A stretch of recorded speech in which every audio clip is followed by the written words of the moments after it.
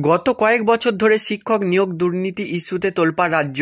দুর্নীতি ইস্যুতে আটকে রয়েছে বহু নিয়োগ। এদিকে বিগত কয়েক বছরে গোটা দেশের পাশাপাশি এ রাজ্যেও বিশেষ চাহিদা সম্পন্ন ছাত্রছাত্রীদের পড়াশোনার জন্য বিশেষ প্রশিক্ষণপ্রাপ্ত শিক্ষকের অভাবের বিষয়টি আরও প্রকট হয়েছে। অভিযোগ রয়েছে শূন্যপদ ফাঁকা থাকা সত্ত্বেও প্রশিক্ষণপ্রাপ্ত শিক্ষক নিয়োগ হচ্ছে না। এই নিয়েই সুপ্রিম কোর্টে দায়ের হয়েছিল মামলা। এবার সেই মামলাতেই বড় নির্দেশ দিল সুপ্রিম কোর্ট। শীর্ষ আদালতের নির্দেশ, রাজ্যে প্রায় 2 লক্ষ বিশেষ চাহিদা সম্পন্ন পড়ুয়াদের জন্য প্রশিক্ষণপ্রাপ্ত শিক্ষক নিয়োগ করতে হবে। এদিন প্রশিক্ষণপ্রাপ্ত শিক্ষকদের পক্ষের আইনজীবীরা আদালতে দাবি করেন, কেন্দ্রের নির্দেশিকা থাকা সত্ত্বেও রাজ্য সরকারের বিশেষভাবে প্রশিক্ষণপ্রাপ্ত শিক্ষক নিয়োগে অনীহা। অনেকাংশেই শীর্ষ আদালতের নির্দেশ রাজ্য মানছে না বলে অভিযোগ করা হয়। যাতে বিষয়টি খতিয়ে দেখে কড়া পদক্ষেপ করা হয় সেই আর্জি জানানো হয়। আদালতের মামলাকারীদের আইনজীবীরা আরও জানান, এইভাবে শিক্ষকের ঘাটতি থাকায় বিশেষভাবে সক্ষম ছাত্রছাত্রীদের সঠিক পঠন-পাঠন থেকে বঞ্চিত হচ্ছে।